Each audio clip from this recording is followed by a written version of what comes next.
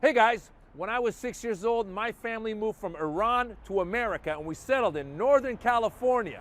Then when I was 13, some friends brought me down to Los Angeles for the first time ever and we drove by the world famous Comedy Store. Now, back then, my comedy hero was Eddie Murphy. We're driving by the club. My friends tell me, Maz, Eddie performs in that club. I said, well, let's go see him. They go, you can't, you dum-dum. It's a 21 and older club. You're only 13. Anyway, years later, when I became a regular at the Comedy Store, check this out. Right there is Eddie Murphy's name, and right there is Maz Jobrani's name. Ha ha! You see, in America, dreams do come true. Go back to your country. Hey, big fan! All right, showtime! Let me in! I think I'm on tonight. Comedy Store. It is my honor to present the one and only Mr. Maz Jobrani!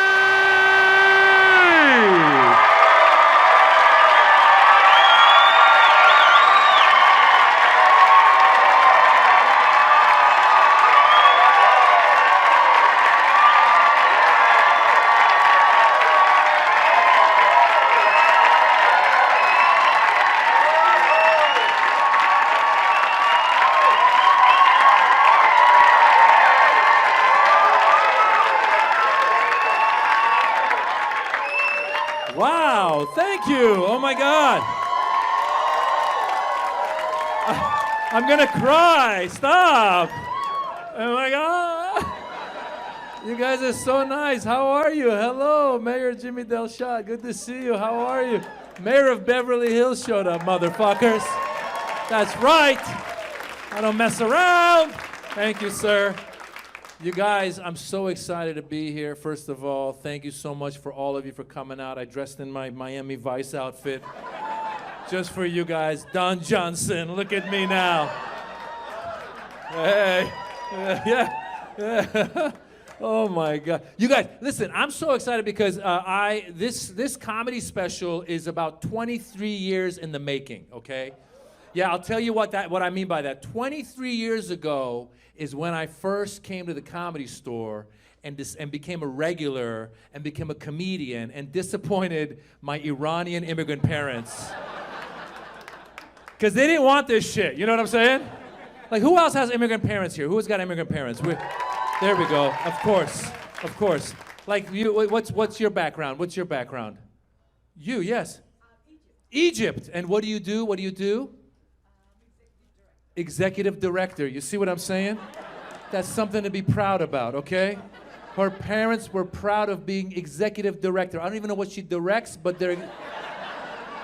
I don't know, but good for you. Who else had immigrant parents? There you go. What were your immigrant parents?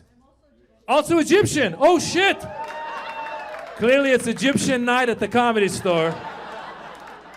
And you're Egyptian as well? You look like an Egyptian me. Look at you. You bald, beautiful man. Look at you. Look at this. What a good-looking Egyptian man over there. What's your name, Egyptian man? Mina. There you go. Oh, yeah, Mina. How are you, Mina? What do you do again? What do you do? Engineer. You see, I'm not even his parent. I'm proud of him. That's what they want, Mina. Not comedian. Mina, 23 years ago, I came to the Comedy Store. A lot of people don't know how you become a regular at the Comedy Store. The way it used to work, Mitzi Shore, who's the owner of the Comedy Store, she started the Comedy Store. She's now since passed away, but she was with us, and she started this club 50 years ago. Give it up for Mitzi Shore, first of all. Now, Mina, the way you would become a regular at the Comedy Store, you used to have to go perform in front of Mitzi in the original room. There's a room next door to here. And you do 3 minutes in front of her. And if she liked you, she would get word back to you that she wants to see you do 6 minutes. She wouldn't tell you herself. It was like mafia shit, okay? I swear to God, you do your 3, and if they liked you, somebody in the hallway would be like, all right, come back for 6. You'd be like, all right, I'll see you later. And if they liked the 6, they go, come back for 10. And then once you do the 10, she would sit in the back seat by the exit sign, and she would watch you. And as you're walking off stage, if she liked you, she would let you know, and she would make you a regular. Now, for me, this club, all the legendary comedians had gone through it. Richard Pryor, Robin Williams, Jim Carrey, my hero, Eddie Murphy. He'd been, oh my God. So I did my 3, I did my 6, I did my 10. Now I'm performing in front of Mitzi, of course, starting out. I'm talking about being Iranian. You know, she realizes I'm Middle Eastern. So I finish my set. I walk off the stage, and I'm walking past her. And the whole time, you want her to grab your arm. If she grabs your arm, that means you're going to be a regular. If she lets you walk through, it's like, fuck you, get out of here. Go be an engineer. No offense. No offense, Mina. Guys, it's about a 20-foot walk. It felt like 10 miles. I'm walking by. I'm like, Mitzi, please grab my arm. Please grab my arm. I want to be like Eddie Murphy. Grab my arm. As I'm walking by, her hand comes out, grabs my arm. I go, oh my God, it's happening. And then she pulls me close. She goes, you're very funny. I go, thank you, Mitzi. That's how she would talk. And then she goes, I'm going to make you a regular. I go, thank you, Mitzi. Then she goes, have you ever thought about wearing the outfit? I go, what outfit? She goes, you know the outfit, the hat and the gown. I go, hat and gown? She goes, you know the hat and the gown. I realized, oh shit, she wants me to wear a turban and a dishtasha on stage because I'm Middle Eastern. So I looked at her, I go, yeah, sure, that's a good idea, why not? I swear to God, I walked into the hallway. I go, what did I just agree to do? This is bullshit. And for 2 weeks, I was finding ways to get out of the outfit. And I thought she would forget because she was getting older then. I thought maybe she would forget. On Monday, the booker at the club, her name was Corey. She called me up. She goes, Maz, congratulations. Mitzi told me you're a regular. I go, yes, I am. And she goes, she also told me you're going to wear the outfit. I go, shit! I go, Corey, what happens if I don't wear the outfit? She goes, well, you're not going to get as many spots. I go, okay, all right. So then I had to figure out how to get through this. So then I realized Mr. Delshad, Jimmy Delshad, I remembered, I found out that there was this Iranian guy who had been making fun of the mullahs in Iran, you know, the turban, the leaders of Iran, and he would do it on Persian television. And so word had gotten back to their supporters, there was a guy making fun of them. So this guy was doing some kind of live performance in LA, and some of the supporters of the regime showed up. They threw a rock, and they hit him in an eye. They blinded him in one eye. Yeah, and when I heard that, I go, that's it. I called the club. I go, hey, listen, Corey, I've been looking for the outfit. I got my eyes on some turbans. But I just want you to know, I just found out that there was a guy who was wearing the outfit, and the supporters of the regime showed up, and they threw a rock and blinded him. So I could wear the outfit, but they might come to the club and go after me. And worse yet, they might blow up the club.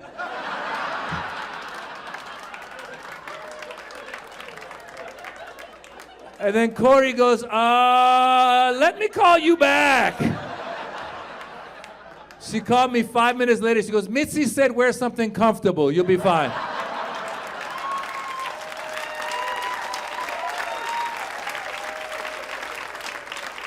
I got out of wearing the outfit. And now I'm Miami Vice. Look at this. Shit, man. Oh, my God. So the club turned 50 this year. I also turned 50 this year. Thank you. Thank you. Thank you. I just want to point out, I said I turned 50. Not one of you was like, no way. So it's a little fucked up, people.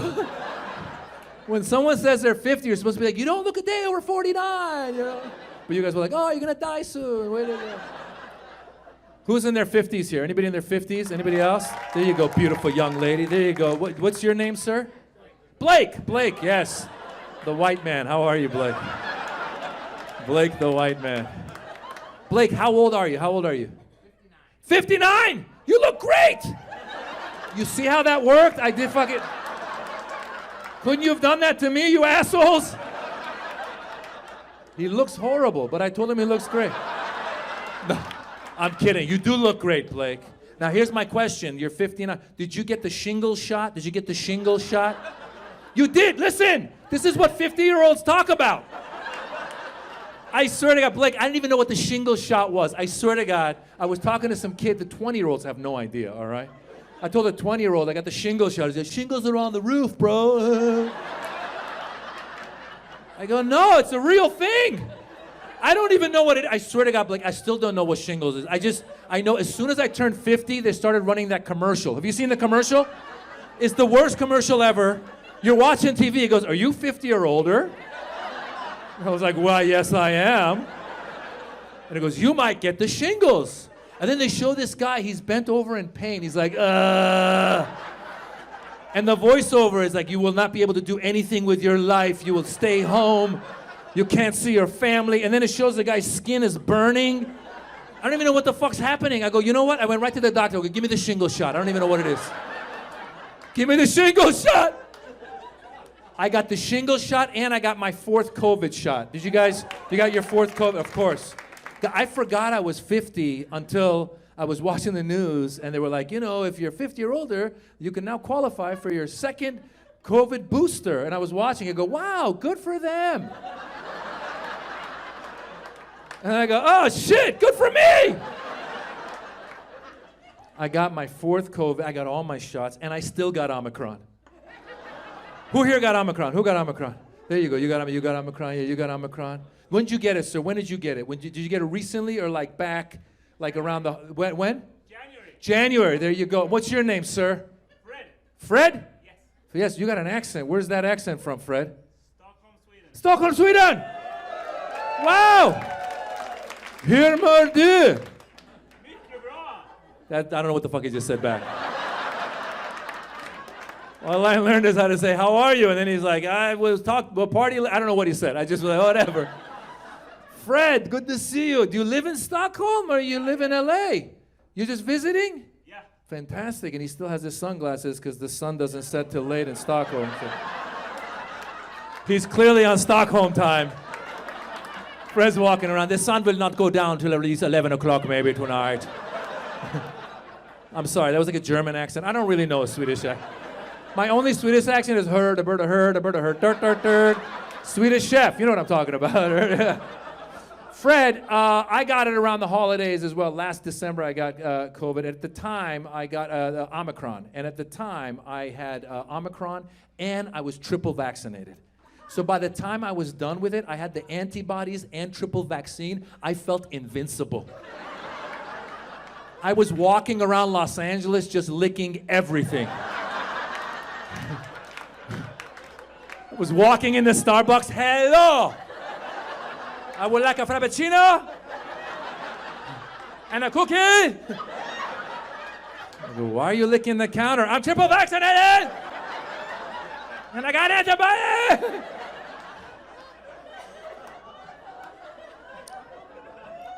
They say the symptoms for Omicron was head cold, lower back pain. Did you feel that, Fred? Is that what you had? What were your symptoms? What were your symptoms? Minor. Minor. Look at you, Swedish cocky motherfucker. This guy. My symptoms were minor, like your penis. I got the undertones, Fred. I got the undertones. He just called me a bitch. My symptoms were like that. Very little symptoms. Like your ding dong. Fred, every variant has had its own symptoms. Like the original variant, right? You would lose your smell and taste, right? And then, of course, there was the breathing. And then for Omicron, head cold, lower back pain. I wonder what the symptoms are going to be for the next variant. Like Shamacron. What would be the symptoms? I'd be like, I can't hear!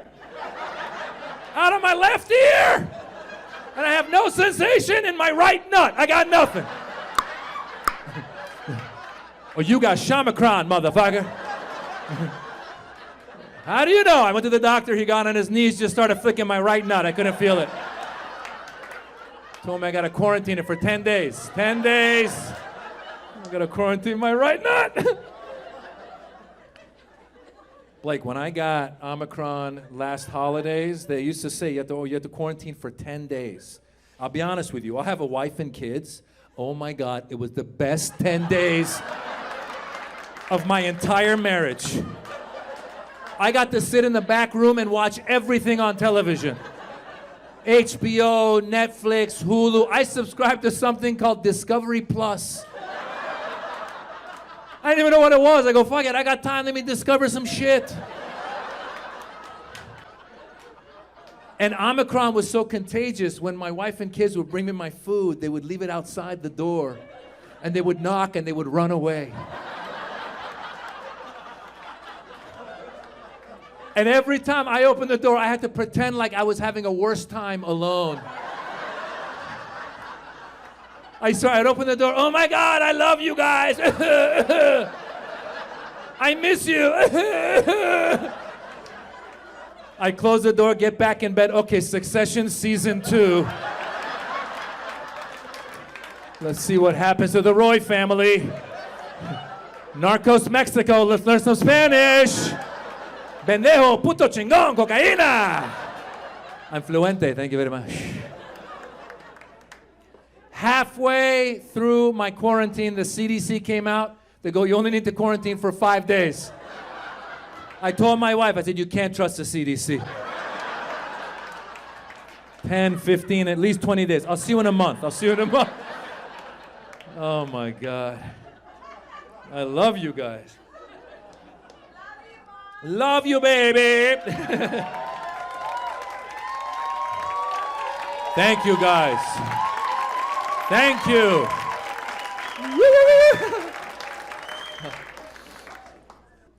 Like I said, I got the shot. Which one? You said you got the shot too. Which one did you get? Which shot did you get? You got all 4, but like the brand, which... Moderna, there you go. Okay, there you go. I'm proud of you. You were like responding to me like I was the LA City Health. They're fans of yours right there. There you go. Are those your doctors? Who are they? Oh, your friends. They're so proud of her. You got the 4 shots. We're proud of you. What's your name? Homeira. That's a Persian name, Blake, right there. Multiple syllables. Homeira. Holy shit. And what do you do? Currently unemployed. That's fine. That's better than this shit. What were you doing before? Pharmaceutical sales. You go, girl. There you go. Drug dealer. Fantastic. Homer, you got Moderna? Listen, I'll be honest with you. I got Pfizer. And, you know, people who got Pfizer are a little cocky. You know what I'm saying? People got Pfizer, like, yes, I got Pfizer. I also have an American Express Platinum card. Thank you very much. Like, Homera, I try not to judge, but I judge. I swear to God, people say I got Moderna. I go, oh, good luck to you. They go, I got Johnson & Johnson. I go, you need better health insurance. They go, I got AstraZeneca. I go, when is the funeral? No, I'm happy you got it. I'm happy anybody got their shot. You know, some people we know, some people don't want to get their shot. We all have that friend that didn't want to get the shot because he was afraid the government was going to put a chip in him. I heard that. I go, who the fuck do you think you are that the government of the United States is concerned with what you're doing Tuesdays at 2? Who do you think you are, the CIA center? I wonder what Tommy does every Tuesday at 2. Let's put a chip and find out. You know how disappointed they would be after 2 weeks? They'd be like, this motherfucker's been sitting on a couch watching TikTok videos. Can we get the chip back? By the way, if you have a friend who thinks they're gonna put a chip in them, let them know they already have it. It's called your phone, right? They know what we're doing, right? If you don't believe me, try buying a pair of shoes on your phone, see what happens. I swear to God, Homera, a year ago, I bought a pair of Nikes on my phone. Every time I turn on my phone, it asks me if I want a Nike. The other day, I got on my phone, went on Safari right away. It goes, you want a Nike? I go, no thanks, I already have a Nike. I did 3 scrolls. It goes, how about now? I go, motherfucker, I told you above, I don't want the Nike. Then every app got in on it. I checked the weather, it goes, it's gonna be hot, buy a Nike! I got directions on Waze, it goes, make a left, get a Nike! I got so worried, I called my mom. I go, Mom, some weird stuff is going on with my phone. She goes, you want a Nike?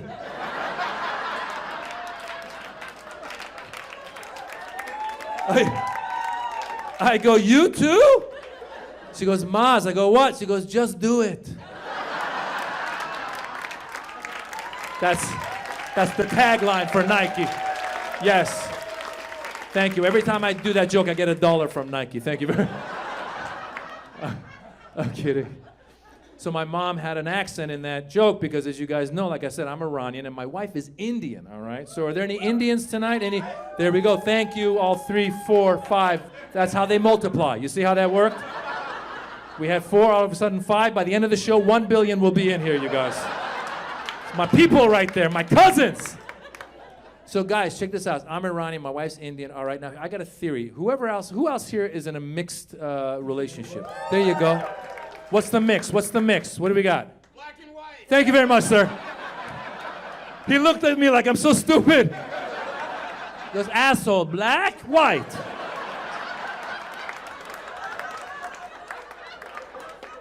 You're so fucking stupid, you can't see? Are you guys married? You have kids?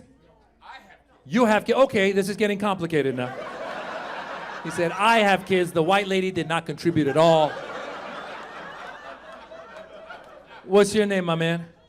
Jonathan. So here's my theory. My theory is if you have kids with your wife when you're in an interracial relationship, when it comes time to name your kids, there's a whole negotiation that begins. It's a compromise. You know what I'm saying? Like the example I like to do usually is like I say, let's say you're a Mexican guy actually married to like a Swedish woman, let's say, right? Let's say you have a kid, right? You, right away, your son, you go, I want to name him Jose. The Swedish wife would be like, I want to name him IKEA. They compromise, Hoskia. You see how that works? So when my son was born, I went to my Indian wife out the gate. I started with a nice Persian Muslim name right out the gate. Went to my wife, my Indian wife. I go, hey, how about Mahmoud? That's strong, right? She came back. It was a negotiation. She comes back. She goes, how about go fuck yourself?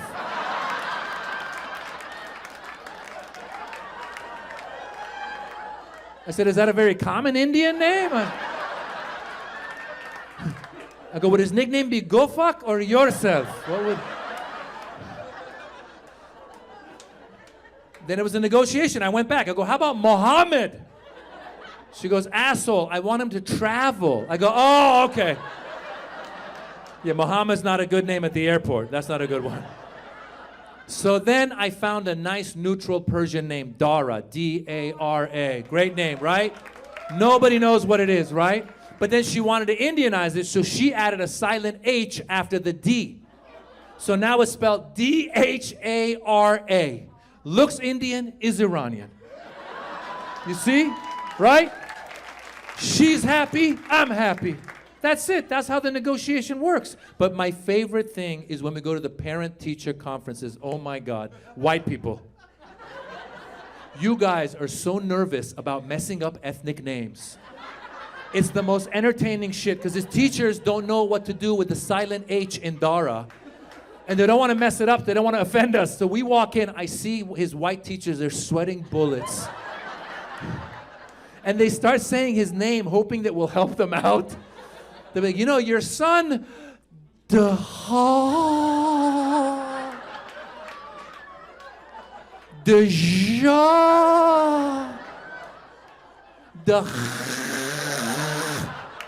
I go, there's no cha. Where'd you see the cha? The H is silent. White people, every time you see an H in a Muslim name, you start going, there's no cha. I told her, relax. I did the H for my Indian wife. I wanted Mohammed. She goes, you mean Mohammed? There's no cha. When the lockdown first happened, I went online and I Googled to find out if comedians are essential workers. That's not the joke, you bastards! That's the setup to the punchline! How dare you laugh? No, because we couldn't tour, we couldn't do anything. We had to come up with things to do. Like Blake, we had to come up with like I tried to become an influencer. I swear to God, I didn't even know Mina. I didn't know what it was. I went and bought like a ring light. I didn't know what I was doing. I didn't know what an influencer was until Dara, my son, he told me about it. I was walking with him in the streets. He saw this influencer. He lost his mind. We're walking. Dara sees the influencer. He's like, oh my God. That's Sven Svensson. I go, who the hell is Sven Svensson? He's an influencer. He's got 5 million followers on YouTube. He makes $10 million a year. I go, what does he do? He opens boxes. What the fuck? And then Dara said hi. The guy says hi back. Dara goes, he's so nice. I go, of course he's nice. He's making 10 million a year opening boxes. You want to see an asshole? Go to the UPS store. There's a guy closing boxes right now. Pissed off that he's doing the wrong thing with boxes. Your package will get there when it gets there. Next in line. Go to FedEx. Get out of here. We didn't know what to do. We couldn't tour. My agents were like, now during the lockdown is a good time for you to build your social media. You need to post more videos on Instagram. Who here's on Instagram? Who's on Instagram? There you go. Yes. I don't know about you guys, but every time I post a video on Instagram, I lose 250 followers. I don't know where they're going. I'm like, where are you going? Stay! What's your name? What's your name?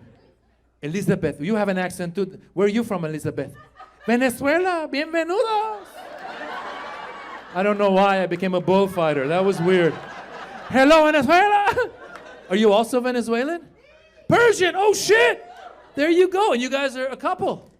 Fantastic. Way to go. Wow. You're both enemies of America and you got together. Yes. Yes. These two met at an oil embargo meeting. She saw him. Are you also going to keep the oil for yourself? Yeah. He's like, definitely, I'm not going to give it to America. Fantastic. The prices will go up. So, Elizabeth, and your name? What is it? Amir. Fantastic. There you go, buddy. But you guys aren't married, are you? No. Okay. Have you guys? So you know the names. Just keep in mind, it's going to happen. I'm telling you. Now, Elizabeth, you said you are on Instagram, right? So, what's that? You see me on Instagram. Oh, fantastic. Thank you for following on Instagram.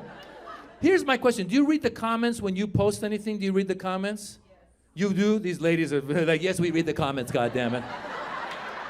Clearly, they're the ones who are writing, this is bullshit, okay? I can't believe. The key, Fred, the key is not to read the comments because you'll be disappointed. I swear to God, no, because usually there's a comment start pissing you. Let me tell you what happened. This is what happened. I decided to eat right, exercise, lose a little bit of weight. Then I thought maybe I would post the weight loss on my Instagram page. I can inspire my followers to lose weight with me. So I ran, I ate right, I got on the scale, I took a picture, I posted it. Started reading the comments. First comment, dude, your toes are ugly. You motherfucker. Second comment, why do you have purple shins? You might have coronavirus. I go, what the fuck? Third comment, want a Nike? I go, Mom, get off my Instagram! Now I'm all over social media. I'm on Instagram, I'm on YouTube, I'm on Facebook, I'm on TikTok. I don't even know what I'm doing on TikTok. TikTok is like 3-second videos. I don't know what I'm doing, okay? When I first started doing stand-up back in the day, 23, 24 years ago, they used to say you need to film a 1-hour comedy special, you put it on HBO, people discover you, your career takes off. Then a few years later, they go, you gotta take 5 minutes of the 1 hour, you put it on YouTube, people discover you, career takes off. Then they go, you gotta take 1 minute of the 5 minutes, you put it on Instagram, people discover you, career takes off. Now they say you gotta take 3 seconds of the 1 minute, you put it on TikTok, people discover you, career takes off. I told Dara, I go, Dara, I don't even know what to do in 3 seconds. I told my son, I go, for 3 seconds, all I can say is hello, goodbye. He goes, that's perfect. I go, how low is the attention span of your generation? He goes, what? Didn't even last. Yeah.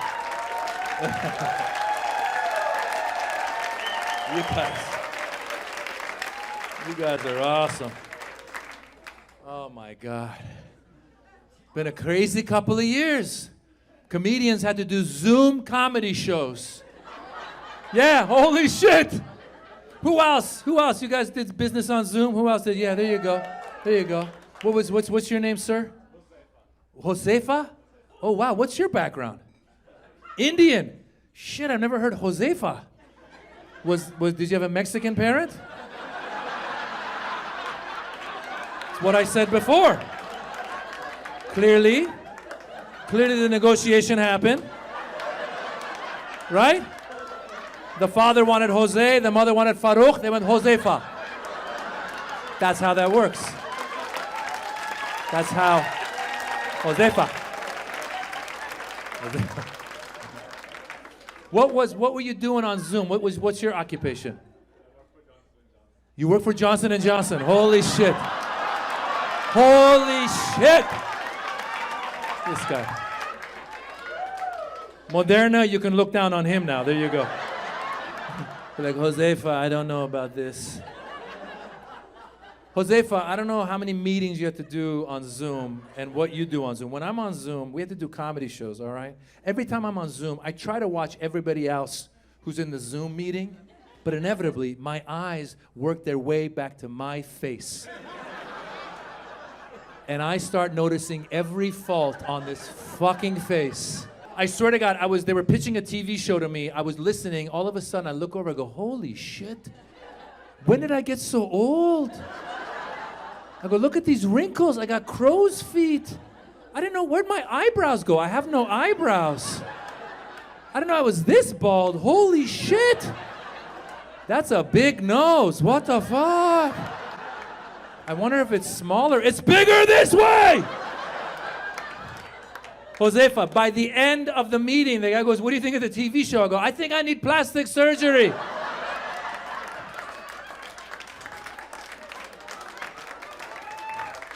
And I thought about getting it. I did, because I found out if you want your eyelids to open, you go to the plastic surgeon. They pull your skin back so your eyes open. I thought maybe the guy could pull my skin back, give me some thick eyebrows, thin nose, some white teeth, some nice hair, right? And the key to getting work done, I found out, you're not supposed to admit you had work done. Right? So I'd be walking around Los Angeles all shiny. People be like, Maz, did you get work done? I'd be like, no. I've been juicing. How come you have a big ass? That's elderberry juice. Why do you have breasts? That's turmeric. Turmeric. Oh, my God.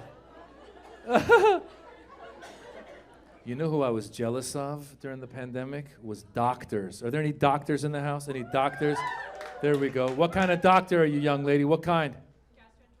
Gastroenterologist. There you go. GI, right? Fart doctor, right? It's the best. You got a lot of clients tonight. The Persians are here. We have a lot of gaseous. The Indians, you know what, curries. You're going to have a lot. Just start handing out business cards on the way out. Venezuela, yeah, spicy, some shit. You know, I was jealous of doctors. Doctors were doing Zoom consults during the pandemic. Did you do Zoom consults?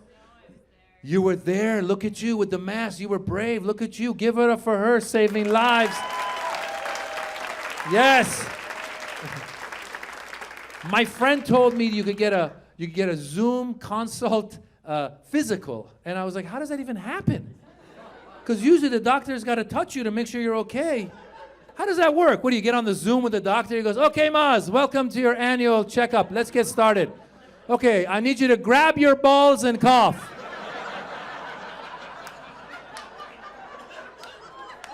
Are you feeling anything strange? No? Okay, stick your finger up your ass. Anything at all? No? Okay, do the copay on the way out. You'll be fine. I was so jealous of doctor. I should have been a doctor. I should have been a doctor.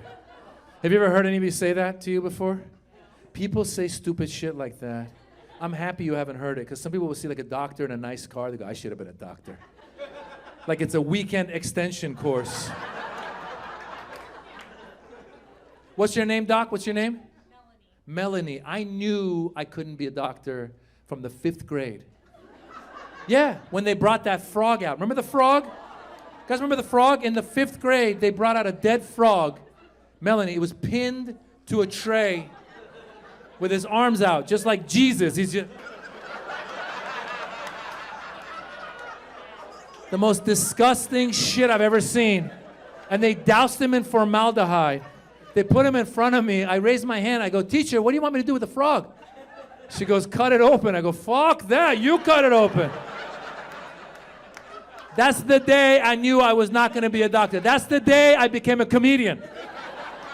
I swear to God. I went to the other side of the room. I just started telling jokes. Right away, I go over. I go, knock, knock. They go, who's there? I go, not the frog. He's dead. He's dead in formaldehyde.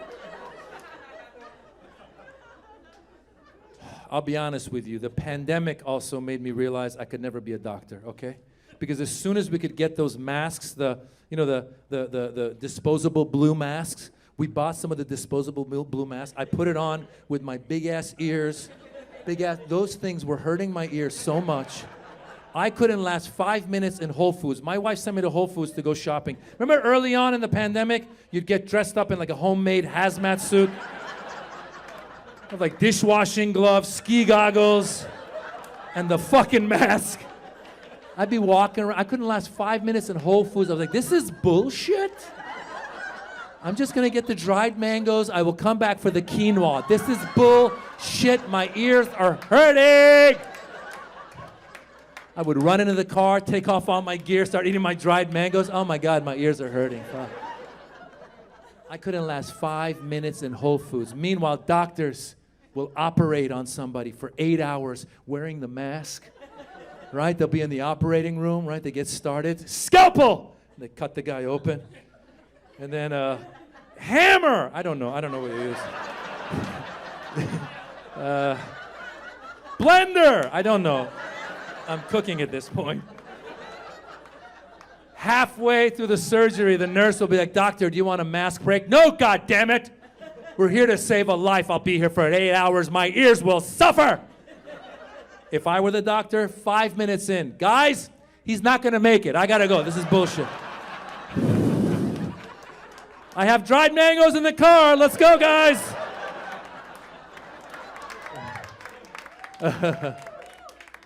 I also got a cold during the coronavirus. You can't get a cold during the coronavirus because everyone would think you had the coronavirus. Right? Like getting a cold during the coronavirus is what it felt like being Muslim after September 11th. Yeah! Everyone thought you're guilty. Right? Like Asians, it's what it felt like being Asian during the coronavirus. They were blaming it on Asians, right? White people is what it felt like being white after January 6th. That was your day, motherfuckers. I remember, Blake, I was watching the news. I go, oh shit, they got terrorists too. I'm sorry. Patriots.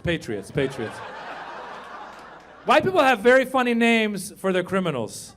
Your terrorists become patriots. Your drug dealers become pharmaceutical reps.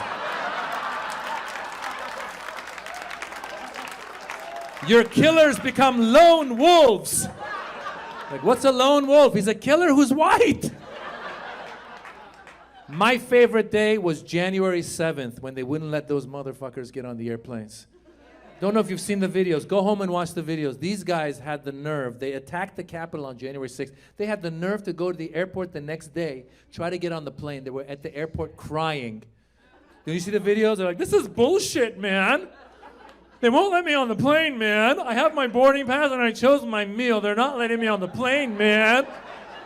I was watching. I go, welcome to my world, motherfuckers.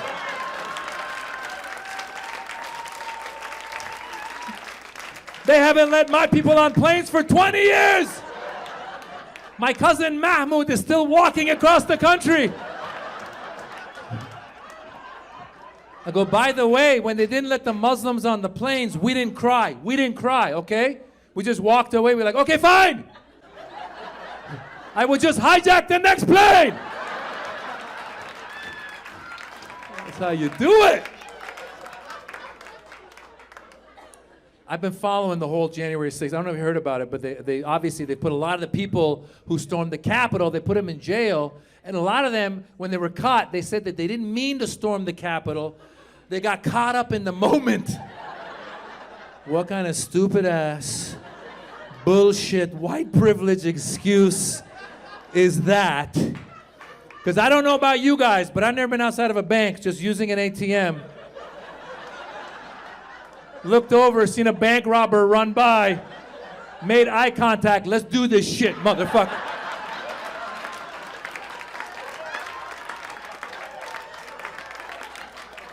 Go in front of the judge, Your Honor. I'll be honest with you. I got caught up in the moment. I was going for $20, decided to go for $20,000. What the hell? These things happen, Your Honor. I've been watching the January 6th hearings. I don't know if you guys have or not. But I don't care what side you're on, right or left, you should watch them. They're very entertaining. It's the best TV show on television. My favorite episode was that one where that girl, Cassidy Hutchinson, came out and she said, remember her? She came out, she said, Trump tried to choke his Secret Service agent. And the people on the right were like, no way. And the people on the left were like, yeah, way. But I'm thinking, you know what's interesting? We all as a country, we heard that Trump tried to choke his Secret Service agent. All of us were like, yeah, it's possible. That's how crazy he is. In the past, if you heard like President Eisenhower choked his Secret Service agent, no way, he's very stately, he would never do that. But you hear Trump, you're like, that could have happened, definitely could have happened. If you heard Biden choke his Secret Service agent, you'd be like, how old was the Secret Service agent? How old was the guy? Oh my God. During the whole lockdown, I was trying to exercise, running a lot, and now that I'm 50, like I'm getting injuries, so I gotta start speed walking. You guys know speed walking, right? A lot of immigrant dads speed walk. I don't know if Mexican dad, do Indian dads speed walk? Yeah, speed walking is their thing, all right? My dad, speed walking, for you guys, you know, it's like where like the lower body moves, upper body's straight, and there's a lot of just... And they're very angry that this is bullshit. Why did I come to this country? I had to leave my country to come here and walk these streets. This is bullshit. My dad used to speed walk, and he used to take us with him to go speed walking when I was like 8 years old. On a Saturday, I'd be asleep. My dad, come on, wake up, we're gonna go speed walking. I was like, Dad, I'm 8 years old, I'm trying to sleep, we're gonna go speed walking. We'd go out to speed walk. He was twice my size, so he would just walk away from me. And I think that's how immigrant dads spent quality time with their kids. Yeah. They would take you out and walk away because they wanted to tell you that life is hard. Right? They'd be like, come on, son, keep up. There might be a revolution. You have to escape. Let's go. Keep up. This is training for the next revolution. Keep up.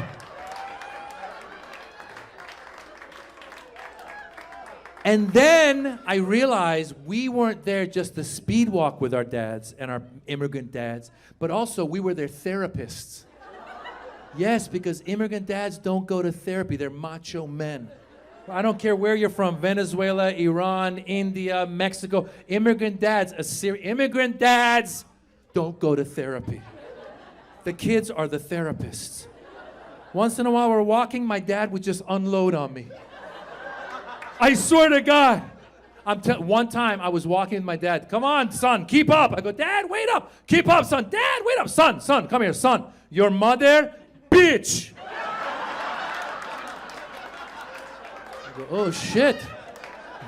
I think we just had a breakthrough. That was good. Your next session is going to be free. That was really good. It was a different world. Different world. Parenting was different. Like our Our parents didn't do like birds and the bees. Josefa, did your Indian dad do? No, didn't even know what it meant.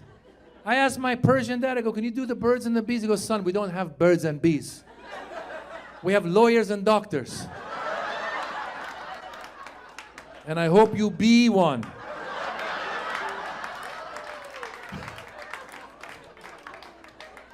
You know how I learned about the birds and the bees? This is how I learned. When I was in the 7th grade, my friend David was walking home one day from school. He found 3 grocery bags filled with Playboys, just outside by the garbage. That's how they used to do it back in the day. Then the guy was done, he would pay it forward. Yeah, he was done with his Playboys, he'd leave it outside. He's like, some pervert will find this and make use of it. David came up to me and goes, listen, I got 3 bags of Playboys. You want one? I go, of course I want a bag of Playboys. I took it home. I taught myself the birds and the bees. I was very good at it. Thank you very much. Thank you.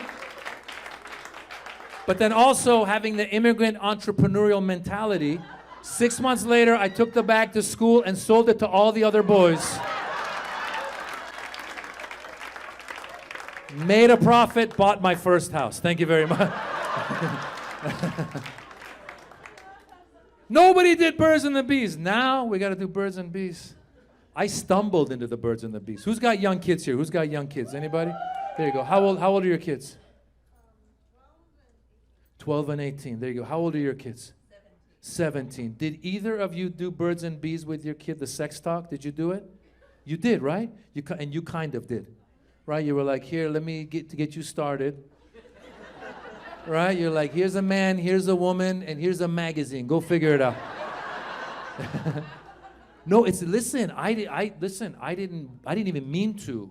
I didn't mean to do the birds and the bees. I stumbled into it because we read books as parents now. We read books. And the book says if your kids ever ask you a question, answer them honestly. That's what you got to do, right? So I was watching when my daughter was 8 and my son was 10. I was watching a TV show with them. First of all, as your boy gets into his like teenage years, boys get a little spaced out. Like Dara's a smart guy, but he's a little just, oh. And girls are sharp. You're sharp. My daughter is like CSI, FBI, CIA, all combined. She is paying attention. Guys, we were watching the TV show Blackish. Great show, right? Blackish. First episode of the whole show. I didn't know this was gonna happen. I'm watching with the kids. First scene of the whole show. The father walks in to his high school son's room. He opens the door, and the high school son is about to masturbate. Like he's about to pull his underwear down. The dad opens the door, he sees it, he goes, oh, and he walks out. And the son goes, oh, and he jumps on the bed. My son doesn't even notice. My son, he's just, oh. My daughter, right away, she goes, what just happened? I go, what just happened? Like, what just happened, like, on TV or in the world? In the world? She goes, no, what just happened on TV? And the whole time, I'm like, be honest, be honest, be honest, be honest. I go, okay, baby, this is what happened. This is what happened. I go, okay. What happened was, the kid is in high school, and the father walked in the room, and he was in his underwear, and it was embarrassing, so the father walked out. And she goes, oh, okay. I go, thank God I just dodged the bullet. Very next scene, the father goes into the mother. He goes, hey, I just caught our son playing with himself. Again, my son just, oh. My daughter, she goes, what does that mean? I go, what does that mean? She goes, yeah, what does that mean? I go, what is that? What is that? Okay, be honest, be honest, be honest, be honest. Okay, what that means? I go, okay, playing with it. What that means, playing with it. What that means, playing with yourself. What that means is once in a while, when boys are in high school, they just squeeze their pee-pee, just a little squeeze, just a poo-poo-poo-poo, just a poo-poo-poo-poo, just a little poo-poo-poo-poo, poo-poo-poo-poo. She looked at me like, what the fuck? I go, no, it's just a little, just a poo-poo-poo-poo, just a little poo-poo-poo, just a poo-poo-poo. And then she goes, did you do it? I go, listen, we don't have birds and bees. We have lawyers and doctors. Stop asking questions. Shit.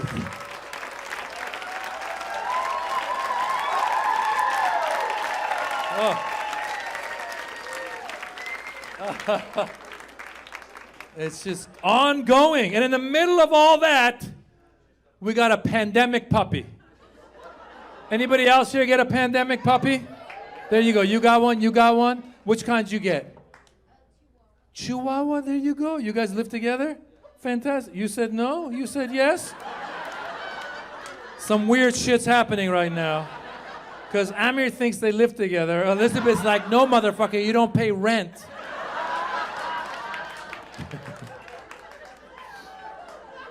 You guys got a Chihuahua together, though, right? So here's the check. Was it your first dog, or you had a dog before? Yeah. See, I'd never had a dog. I never had a dog before the pandemic because, again, a lot of cultures aren't dog people. Like when I was a kid in Iran, like I wanted a dog. Iranians weren't big dog people when I was in Iran, right, Mr. Delsha? We weren't big. When I was a kid, I asked my dad for a dog. He got me a rooster. I swear to God, I'm not making it up. Every once in a while I hear, "Cuckoo!" And my dad, that's your dog, that's your dog. I went to school, they go, draw a dog. I drew a rooster. I go, this guy's a fucking idiot. Then we came to America. America, everybody's got a dog. Americans love their dogs. So when I came to America, we came when I was 6. At the age of 7, I wanted a dog. So I went to my dad. Again, I wanted a dog. And again, my dad, macho Persian man, didn't even know how he could go about getting a dog. So he had another friend who was another macho Persian dude who had 2 dogs. So he goes to that guy, goes, hey, listen, you have 2 dogs, give me 1 dog. And the guy's like, sure, take dog. Not one of them thought for 1 minute that these 2 dogs have grown up together, they're gonna miss each other. Yeah, don't awe the dog, awe me. I was 7 years old. This dog showed up. It was the saddest dog you've ever seen. Oh my God, you don't even know. I would try to take him for a walk. I'd be like, come on, Lassie, let's go for a walk. He was like, fuck you, my name's not Lassie. I'm gonna stay home and listen to sad music. Hello, darkness, my old friend. After 2 days, my dad goes, listen, dog doesn't like you, give dog back. I go, but I like the dog. Dog doesn't like you, give dog back. I go, I want the dog. He goes, you're lucky you can give dog back. Your mother doesn't like me, I can't give her back. Give dog back. So we gave the dog back. And I didn't have a dog until the pandemic. I was sitting there with my wife and kids. I have a request, wives, girlfriends, please don't ask your husbands a question when you've already made up your mind on the answer. This is bullshit. You guys do this all the time. Right? Like you'd be sitting around, right? Someone a little, yeah, you're really, there you go. Those 2 guys are upset. You know what I'm saying? You'll be sitting around and your wife will be like, should we get sushi for dinner? Right? And you'll be like, you know, I'm not in the mood for sushi. They'll be like, you're never in the mood. For when are you ever in the mood? If you want the sushi, get the fucking sushi! I'll eat whatever you give me! My wife pulled that shit with the dog. We're watching TV. My wife goes, should we get a dog? I go, babe, I don't know if it's the right time for a dog. There's a pandemic, there's protests, there's an election. It's not the right time. She goes, you never say it's the right time. When is it ever going to be the right time? I go, woman, if you already know you want the dog, then why are you asking mine? Just get the fucking dog. And then she pulls this bullshit. She goes, let's just go look at the puppies. What kind of bullshit? Wife negotiating tactic, Indian negotiating, I don't know what that was. Who just looks at a puppy? What kind of Disney villain would I have to be to just look at a puppy and not bring it home? Right? Who sees the puppy? I don't want the puppy! Destroy the puppy! Oh, hell no. We saw the puppy, we brought her home. Little mini golden doodle. Yeah, I know. I know. My wife colors apricot, okay? She's cute. She looks like a little teddy bear. My wife named her Yasu. It's a Japanese name. Thank you. One person likes the name. Thank you. My wife, so it's a Japanese name. It means peaceful. So now I'm Iranian. My wife is Indian. Our dog is Japanese. Our nanny is Guatemalan. Our neighbor is Korean. I could run a goddamn immigration office out of my kitchen right now. And I've learned a lot since we had the dog. For one thing, I learned Japanese and Koreans don't get along. Did you know this? I didn't know this till I was walking with Yasu, my little Japanese dog, came upon my Korean neighbor. She goes, "What's your dog's name?" I go, "It's Yasu." In Japanese, it means peaceful. She goes, "That's interesting, because Yasu in Korean means beast." I go, "Well, that's interesting, because my dog is peaceful." She goes, "You don't want beast?" I go, "I'm good." And then she walked away angry. And I was like, "What the hell? Why was she upset?" I went to my wife. I go, "Why was the neighbor so upset?" She goes, "You idiot. They don't get along. What do you care? Just tell her it's beast." So the next time I saw her, I said, "Listen, my bad. The dog is actually Korean. She's beast." And my neighbor was like, "Oh, very good." So she walked away. And then I kept walking, and I ran into some Greek guy. He goes, "Oh, your dog's name is Yasu. You know, in Greek, Yasu means hello." I go, "Jesus Christ, we're going to start World War III over this dog's name. I'm just trying to get her to take a shit so I can go home and take a nap." So now her name is Hello, you peaceful beast. That's it. Yeah. And I'll be honest with you guys. I've embraced, well, I love my dog now. I'm telling you, Elizabeth, I walk that dog. When I pick up dog shit, I feel more American than I ever have. That's what we do in America. We pick up dog shit. I feel more American picking up dog shit than when I got my citizenship paper. I pick up the dog shit, I hold it to the sky, I talk to my dad. "Father, I finally have a dog. I'm American, Father." Because let's face it, Americans love their dogs, right? They hate their parents, but they love their dogs. A dog shit, they pick it up. The parents shit, retirement home. Or Florida, same shit. You know what I'm saying?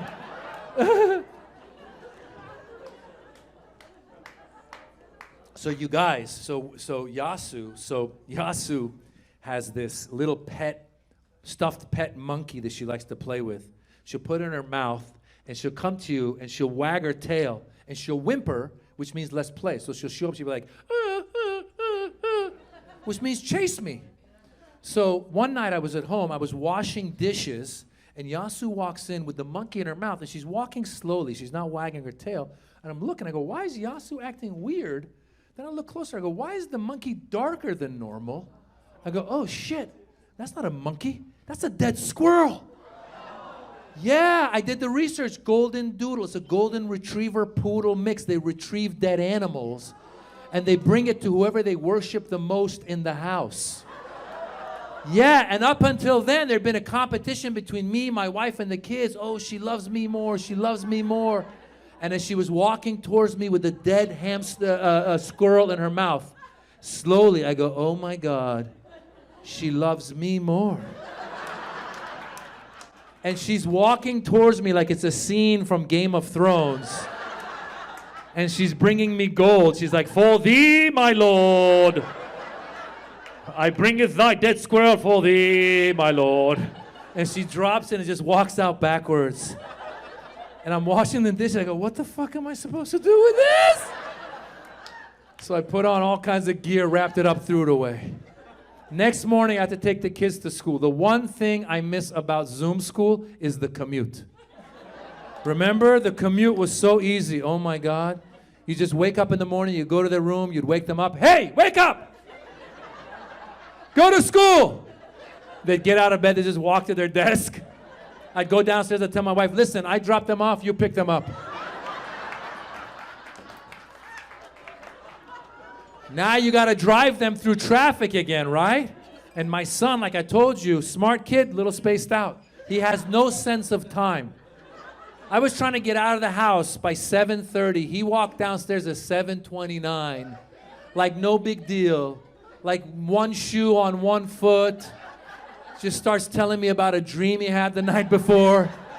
He's like, "Hey Dad, what's going on? I had a dream last night and there was a waterfall, but the waterfall was going the wrong way. And I don't know why it was going the wrong way."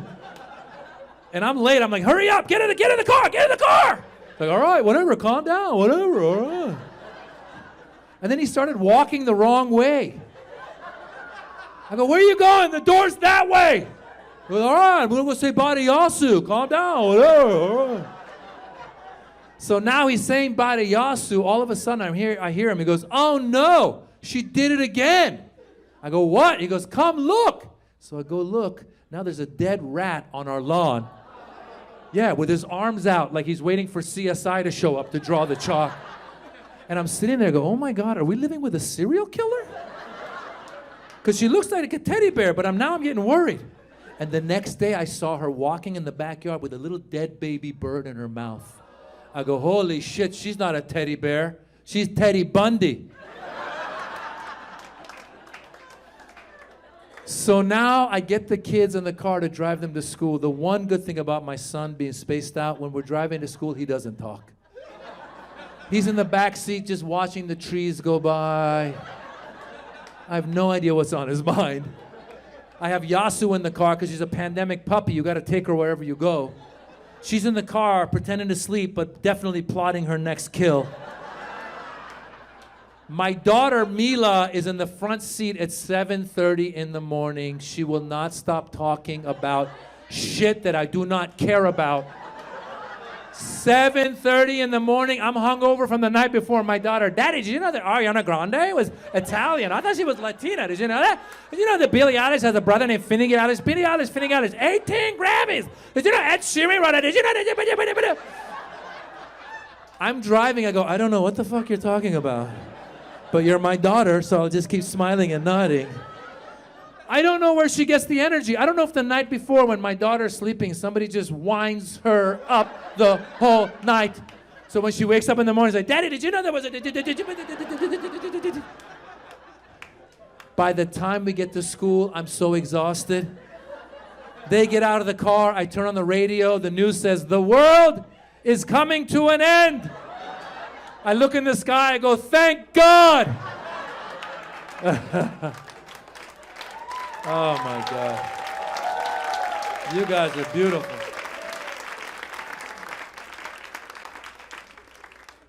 I got one more story I want to tell you. So this happened. We took the kids to a sleepaway camp. Have you heard of sleepaway camp?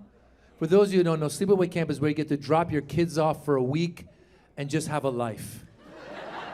Oh, it's the best thing in the world, all right? And we signed them up for what we thought was a parkour camp. Have you heard of parkour?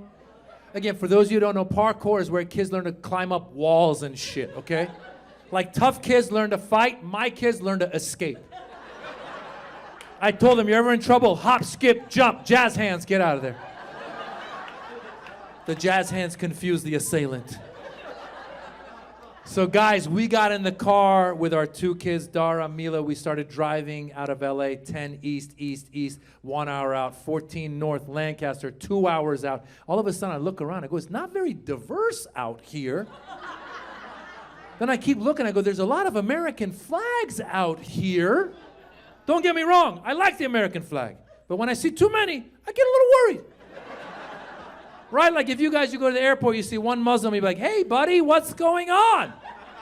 You see a bunch of us, you'd be like, "No, really, what's going on?" You know what I'm saying, Blake? Guys, we got to the camp. It wasn't a parkour camp, it was a skateboarding camp.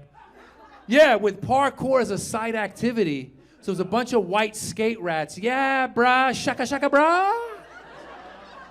And I'm walking around with Dara, and Dara has darker skin, right, because of his Indian background. And Dara's looking around and goes, "Daddy, I think I'm the only person of color here." I go, "Don't worry about it, buddy. You'll blend in. This is your chance to make some new friends. This is your chance to meet people you normally wouldn't." I said, "Well, check in with you." So we left them. I call him the next day. I go, "Hey, buddy, how's it going?" He goes, "They're calling me Abdul." Oh, no.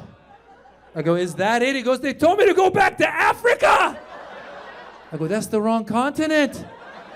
And then I got so upset, I started texting him comebacks. I go to the whitest kid and be like, "Whatever, Casper the Friendly Ghost." Dara goes, "Who's Casper the Friendly Ghost?" My wife goes, "You idiot, you can't give him a comeback from an 80s cartoon." So then I asked him, I said, "Dara, what did you say back to them?" He goes, "I told them I'm gonna blow up their house." I go, "Way to go, Abdul. I'm proud of you." Guys, I'm Maz Jobrani. That's the show. Thank you, Comedy Store. Thank you, Missy Shore. Thank you, Comedy Store. Thank you, guys. Beautiful people. Thank you. Thank you. Thank you.